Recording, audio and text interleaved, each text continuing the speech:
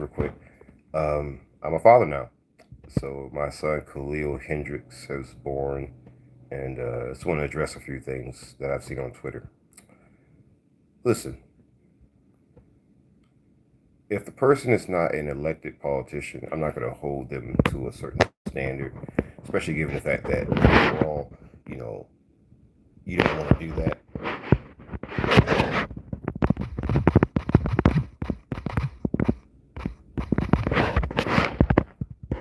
But I will say this. I will say this. Overall, I have an issue when I come to people with issues and they're more interested in tearing me down versus trying to help me with the issue. And especially if I'm not approaching you like that. Overall, that's been my overall issue when it comes to certain people, certain individuals. You know, but you may be wondering who I'm referring to. I'm being vague intentionally, because I could be referring to numerous amounts of people. But I will say this: if I spent more than 30 years in South Carolina, and I come to somebody with an issue, and they don't address the issue, and yet they got more smoke from me than the people who I'm telling you are covering up things that are happening to children and vulnerable people. I have an issue with that. That looks very oppy, very oppish. You know, that's my son in the background. You hear him? Yeah, my wife has him, and she wants to spend some time with him because I tend to try to hog him up, and I want to address the fans. It's going great. I don't want to put the baby on camera yet with my wife because my wife's trying to take care of him for right now. But I'm addressing something that happened on Twitter. I was tagged in something, and I saw something about something that was happening. That there was something that happened in South Carolina. It's a sheriff named Leon Lott who covers up horrible things that happen to children, and I mentioned this on my channel several times. I won those kids. And that's why I have this superhero thing. This is why if you go on my channel, I post things like, you know, me doing a comic book about heroes and, me doing my video style a certain way. Even some of the Batman tunes that I use towards the beginning of my videos, and even some of the ways in which I carry myself, some of the fearlessness. Cat's being weird. Okay. Let's see here.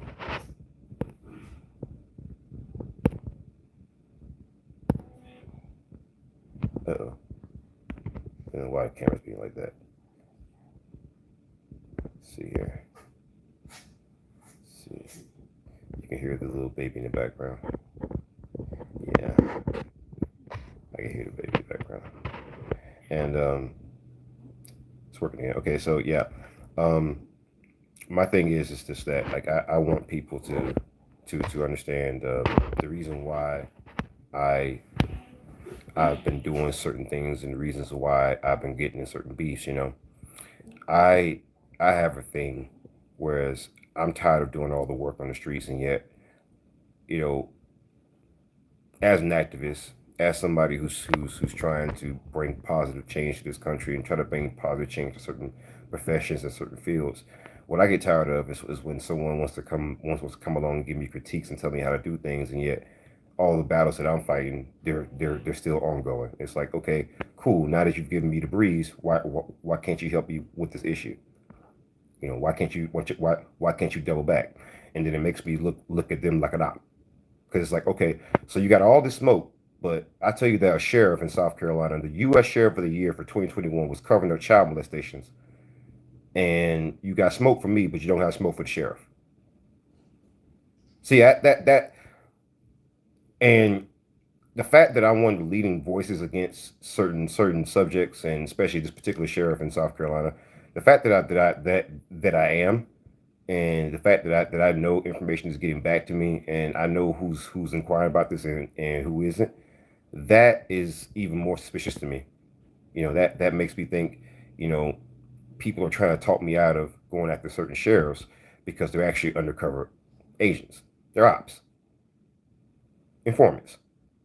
You know, the thing is that it gets to the point where it's year after year after year after year after year. I put myself out there. I put my family out there, and I'm slowing it down a little bit, right? Um, slowing down a little bit because I have a newborn son now. I got to think about him. That's why I'm getting this big old property so I can be out of the city and keep him safe. Because of my activism. And people got smoke from me, and it's like, bro, what is this really about? See, that's what makes me. That's what really really gets on my nerves. People look for any reason to criticize me. Like, you realize there's somebody running for Congress, right, who criticized me for having an interracial relationship. My son was just born 4 hours ago. That's just God. I mean, if I tell you there's a sheriff out here covering up child molestations, and you're more concerned with interracial relationships, and yet to this very day, I don't see you putting the pedal to the metal to this freaking sheriff. Yeah, that looks a certain way, and deservedly so. You want to know why? Because that could have been my kid, and you would have just sit there and just like watched it because you don't like the person. That's gross. There's a whole lot of people who I've advocated for who I didn't even like, didn't care for, didn't want to talk to, didn't even want to be around. But that wasn't the point. Because whether I like somebody or not, right? Whether I like somebody or not, if a sheriff is covering up child molestations, guess what? The sheriff is still covering up child molestations. I gotta stop him, right? I gotta do something, right? I gotta say something, right? But if you choose not to, and yet you got smoke from me, yeah, it's gonna look a certain way. It's gonna look like you don't care. It's gonna look like you actually like it. It's gonna look like you have an issue more with me fighting the battle than the battle itself. See, that's my issue with certain people when they come at me, right? One thing I'm getting real sick of is you know you can Google my first and last name and you can see all the sheriffs who I've been going at. I've been involved in so many court cases where I've had to testify against sheriffs because of content that I put out. And throughout the years, some of my fans have seen this stuff. I'm married to a court reporter for God's sakes. I'm in Seattle. My wife was the one that transcribed the case involving the Seattle police officer who shot a woman's eye out with a rubber bullet. There's stuff that I know about that I fight against, that I'm trying to change. But what doesn't help is when I get people out there who's got constant criticisms but don't want to help out. You got so much smoke, you got so much to say. That's great. You can make a YouTube channel and give a great soliloquy. It's great that you can make a YouTube channel and you can put out a great speech. It's great that you can put out a freaking YouTube video where you can lecture the black man one more time like everybody else does. But let me tell you what's actually hard. Doing the work. Yeah, I understand a lot of things that I've done in the past have been reckless. Yeah, sure, absolutely. Let me ask you a question. If I'm a multiple time combat veteran, right? If I'm actually a victim of child molestation, how the hell did you think I was going to turn out? Do you not realize that everything that I'm doing validates my story?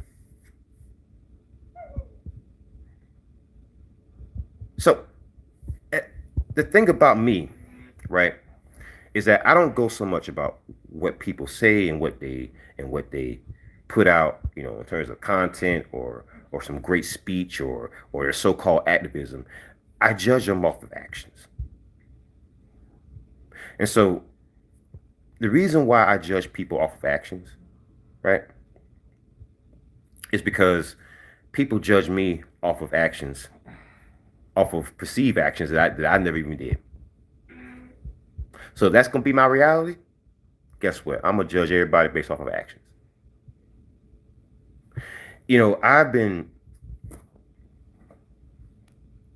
I've actually been to therapy. In fact, coming up soon, I have another therapist with the Vet Center. So the Vet Center is a free resource for combat veterans. And my therapist already told me, he says, you are a person that fights a lot of battles that never takes rest. And that's why you get so offended when people go at you, because it's like, okay, I know what I'm doing. Are you fighting my battle? Even if you don't like the way that I'm doing it, are you fighting that battle the way that I'm fighting it? No? Then shut the hell up. So it's just, my thing is that I'm trying to bring change so that other people don't experience what I did. That's what drives me. If people want to know what drives me, that's what drives me. That's what gets me up every morning to do the stuff that I do. It's rage. It's rage that never ceases. And I talked to my therapist already. He says, I don't want that to go away. I think it's a good thing. You want to know why? Because that therapist went through my channel. He said, do you have any idea how many cases you've been involved in? He asked me, he says, how many times have you been in courtrooms? I said, north of 100.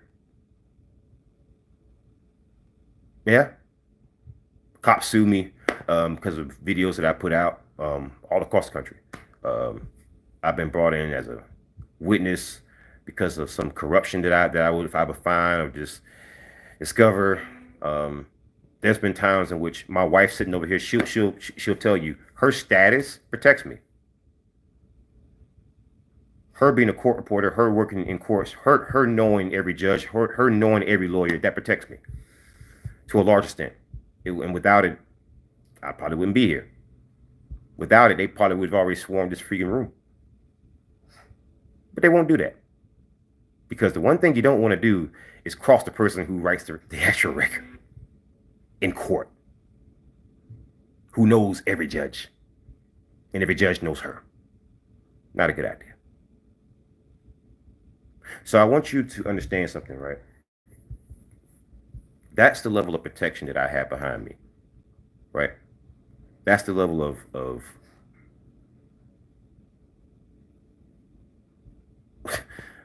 due diligence I have to put in to be me. So when I get somebody trying to criticize me, tell me how to do what I'm doing, or finding some nitpicky thing, you got an interracial relationship. The person who's criticizing me is gay. Shut up. You don't want to be judged? Don't judge other people then. And I think some of you who are FBA know exactly who I'm talking about. Seems to be a common denominator with this particular individual. Talking smack, but then don't want to be held to account. Seems to be a common thing. Very common thing. Seems to be like this person doesn't want to be told you're wrong. Seems like it. Now, I could be wrong. I could be incorrect. But I do want people to understand this. I don't like it when someone comes and tells me how to fight my battle when you ain't even brought me a glass of water. I don't want somebody coming telling me how to engage against oppression or try to fix law enforcement when you don't even know the cases that I'm fighting for. I don't want an amateur telling an activist how to do what they do. Now, if you want to jump into the fray and you want to actually help out, you want to spread a message, that's great. All power to you. But before you even ran for Congress, sir, I was known. Before you even ran for Congress, sir, the same schools that you taught at have principals who are pedophiles. You want to know how I know? One of it is my own brother. Sir. That's why I care about, Sheriff Leon Lott in South Carolina covering up child molestations. Dr. Carlos Grant, Greenville High School, molested me as a child. High school principal right now, covered up. Just like Brenda Bryant's daughter, Stephanie Bryant, gang raped, got an STD. Leon Lott covered up. I posted that on my own channel. A lot of y'all seen that. She sued. She won the case. Nothing happened a lot, though. 2004, Owens v. Lott. Leon Lawton, the sheriff's deputy, strip searched a 14-year-old girl, which violates her Fourth Amendment rights because her parents, nor her guardian, nor her lawyer were even present, and there was no pretense to even search her. And when it was taken to court, the Supreme Court in South Carolina agreed they violated the Fourth Amendment, but it granted Leon Lott and the sheriff's department qualified immunity. Leon Lott, one of his deputies, Spring Valley High School, Columbia, South Carolina. His deputy name was Jamil Bradley. You want to know why I remember that name? Because I'm a victim of child molestation who had his child molestation covered up, and I stayed at 205 Old Brass Drive. Go plug that into your Google map real quick and link that to Spring Valley High School in Northeast Columbia. That's only 7 miles away in terms of a drive. Leon Lott covered up the fact that for almost a decade, his deputies were raping high school girls. One of them was Jamil Bradley. He was discovered by his own undercover deputies, and Leon Lott covered it up. He was taken to court 8 times in federal court for doing that.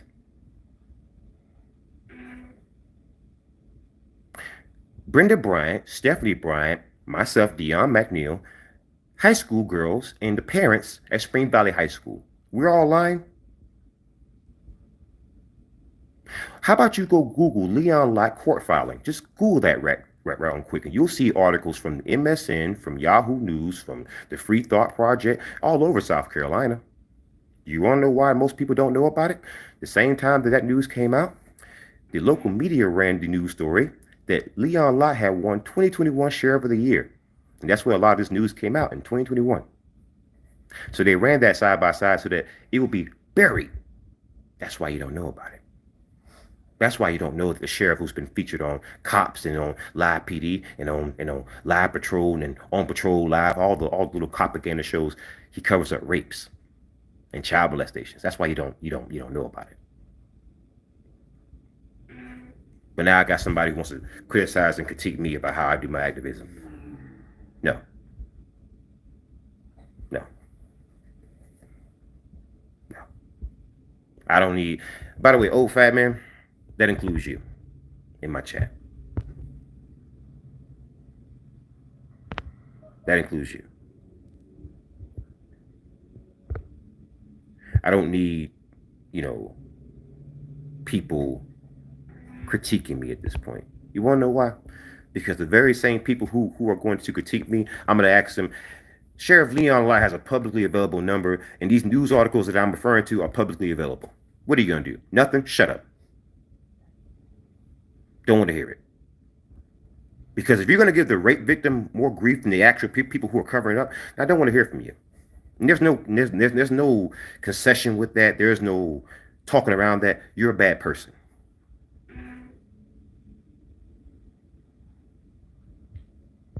If someone comes screaming at you, hey, the Boy Scouts are molesting little boys, are you really going to point out the person yelled at you? You yelled at me. You acting all hysterical.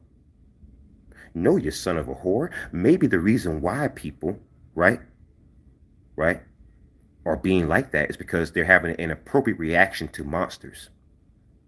Maybe your lack of reaction is kind of disgusting. Maybe your lack of reaction explains why perhaps the Boy Scouts got away with it for so long in the Catholic Church and Epstein and Weinstein and so many others. Maybe that's the reason why. Maybe it's not that we didn't know, it's that we did know. See, that's the biggest part about the scandal that I think people miss. The animosity that I had towards the general public. Oh, we did know. You made jokes about it. You made jokes about the Boy Scouts. You made jokes about the Catholic priests. You just didn't give a damn. Because it wasn't happening to you. Just like, we have this thing, it's just like when I argue against Blue Lives Matter. Blue Lives Matter only argues against things, right? Strictly, when it doesn't affect them. Had any one of them been treated like Breonna Taylor, nobody's defending cops. Had any of them been treated like, for example, Marvin Heemeyer, the Killdozer? Nobody's offending cops. Anybody treated them like they treated those people at Waco? Nobody's defending cops. You see a pattern here? I am. The only people who defend cops, the only people who critique the people who criticize cops, like myself, are the people who can watch your child be raped and say nothing. You want to know how I know? There's a man running for Congress in South Carolina who, when I told this first information to, he didn't even know. But I ain't running. I just had to have the experience. See, that's the difference between a so-called activist, a person who just runs for office, and someone who just talks smack, or someone who just makes movies, or someone who just does things on the street. The difference between me and everybody else is that I actually have the experience. See, unlike a lot of people who pretend to be internet tough guys who talk all that smack on the internet, I did post the fact that I am a combat veteran ready at 100%. I ain't got to pretend to be like a tough guy. I like certain things. I like guns. I like macho tough guy, but that's always been me. You follow my channel. My wife's sitting over there, baby. If I told you that all the guns, ammo, body armor, macho tough guy stuff I do in real life, if I said that, would that be unusual? No, that's true. Okay, so that's my wife who just said that that's not unusual. I'm just being myself. Yeah. Maybe some of the people who complain about that kind of stuff, maybe you're more like a woman. I mean, sorry. See, when you're a young victim of things, you have to, make sure you can never be a victim again.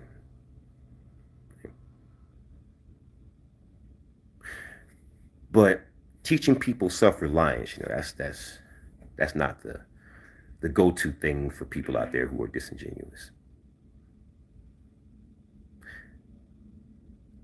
If everybody responded to trauma the way that I did, yes, there would be a lot more mental illness, but there'd be a lot less abusers or people to cover it up. The only difference between me and everybody else, well, not everybody else, but me and a lot of people, is that I can't just sit there and just watch it. I refuse. And it's because of the experience that I refuse. I know what it's like to hide in the closet, waiting for help that'll never come. I know what it's like to feel anger, insurmountable rage. That's why I understand the characters like the Hulk. I understand what the insurmountable rage can feel like, and how it can empower you, but it can also cause destruction. I know what that's like. And so, am I gonna be perfect in my fight, in my struggle? No. I'm gonna mess up. I'm gonna be overreactive. I'm gonna be angry. I'm gonna have angry outbursts. But the thing is, it makes sense based on my background. And the part that people don't get is that that's why a lot of people like me. Because what you see is what you get. And that's what I love about myself. Yeah, I had a problem with loving myself. But the thing I love about myself is my honesty. And how I overshare. How, I can't hide how I feel. I love that about myself. You should find some things about yourself that you love too, so that no one can ever take it away from you. And the thing that I clung to as an anchor, is never lying to yourself. Even if the truth hurts, never lie to yourself.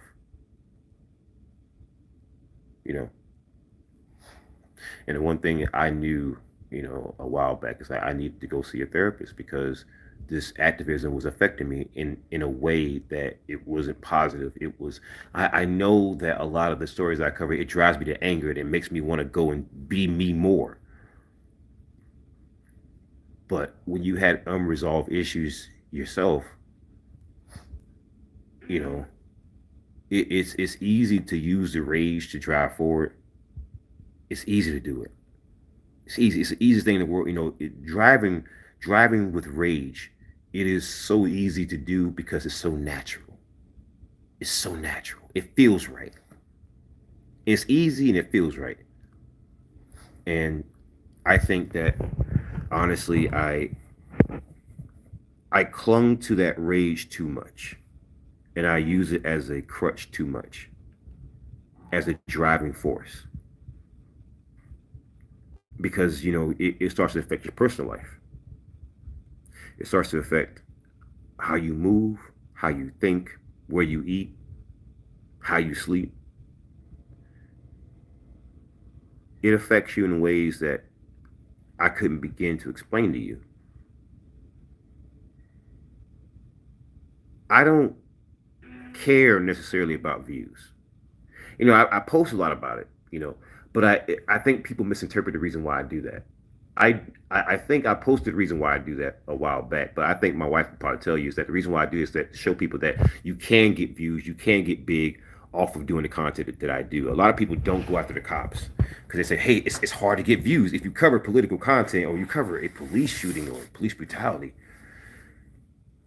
I mean, they're gonna flag you, they're gonna demonetize you.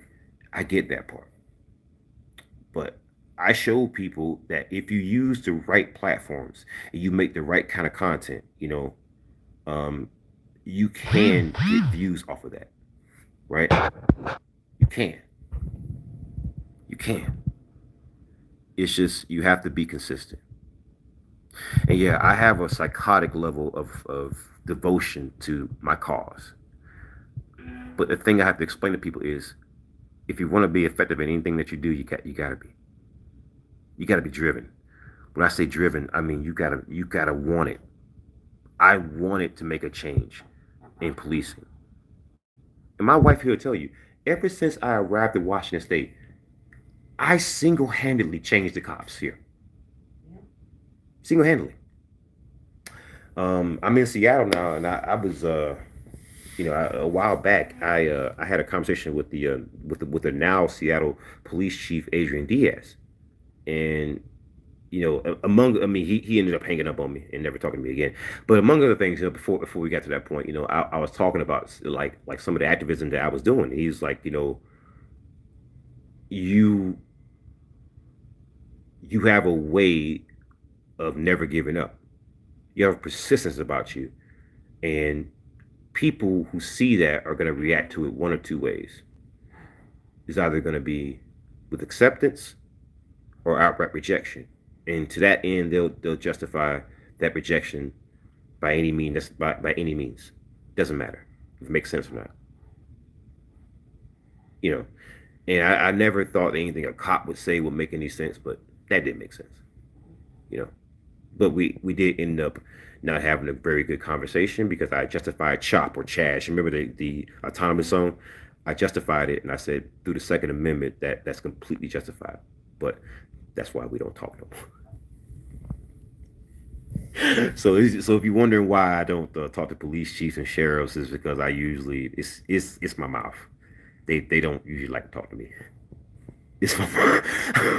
um, I like to, because what I'll do, because it's like an instinct of mine to like poke fun at the cops now.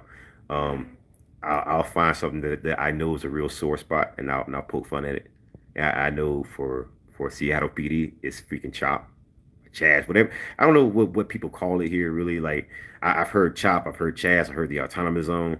I just say autonomous zone because that's what people can easily identify it as, no matter what, no matter where they actually come from, because it's the only one that was really like that, like in recent memory.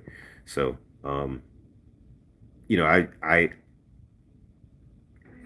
I wanted people to get inspiration off of what I did. This is why, like, you'll notice that most things I do for free, which is funny. Like, I do the channel membership thing. I mean, but that ain't paying the bills. You know, it's like what? I think the max I set it out. It's like what? Like maybe like like $5. I think like $5. Yeah, I think $5 was the max I set it at. I'm not gonna make a whole lot for that.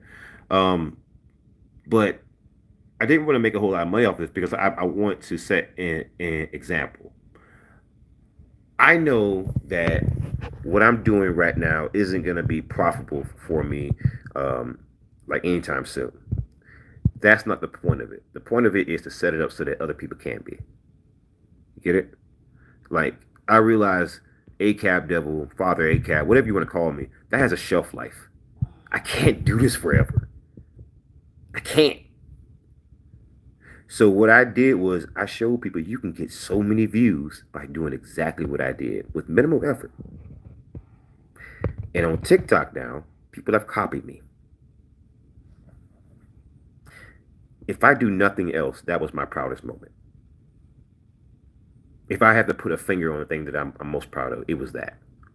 Watching people copy me on TikTok and do exactly what I did, and they're holding cops accountable. Like you got people now actually posting, names from the cops now. You got people out there now who are targeting sheriff's departments like with actual facts and evidence and suing them now. Getting cops off the force now. I mean, you're seeing amazing progress that's being made. And the fact that at least for some of those people, I serve as an inspiration. My story and my fight and my tenacity, that serves as an inspiration is so cool to me. You know, people people always worry about, being remembered and making a legacy and everything else. It's not about that for me. If my son never knows who I am, and if I leave him, $100 billion, it ain't gonna matter to me. If my son never knows who I am, but the work that I did made his life better, I can live with that. I would love to always be in his life, but I know I ain't gonna live forever. So it's my job to socially terraform the surrounding area to make it more suitable for him. It's not my job to have some great legacy. That's what so many people are concerned with, and that's so gross to me. You're worried about how people are going to remember you. Guess what? Once you're dead, who cares? You're gone. I don't care about being remembered. I just care about making a difference. And if that means I become famous, that's great. But my fame and my infamy amongst law enforcement has allowed me to do certain things that other people simply can't do. So if that's the tool in which I can get what I'm desiring, which is a change in this country to bring some accountability to these pigs, that's the tool that I'll use. If I was a great lawyer, that's what I would use. If I was a great doctor, the way I would fight back, I would give poor people free health care. Social media in my journalism is only a tool. It's only a means and it's only a method. It doesn't encapsulate me. Because I don't just go after cops. I also feed the homeless, advocate for the homeless. I advocate for people who can't advocate for themselves. What that shows is a pattern. Yeah, people have said, "Oh, you could be disingenuous. You could be that. You could be that," or I could be a victim of abuse. I could be a victim of a horrible system, a person who tried to fix it and couldn't, and even now, I'm still trying to fix it. It could be that too. And yeah, I'm a very peculiar guy. I have very peculiar behaviors. I'm a strange person. But if my story is true, what did you expect? Like it's the most amazing thing. People expect a combat vet. People already know combat vets tend to, you know, a lot of them have issues.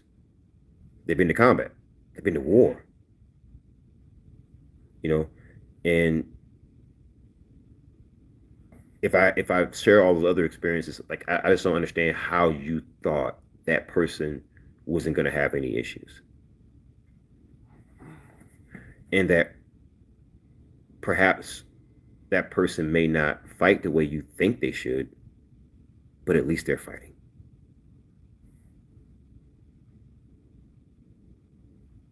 And maybe instead of worrying about the method in the way in which the person is fighting a battle, you could, I don't know, help out. Just a quick suggestion.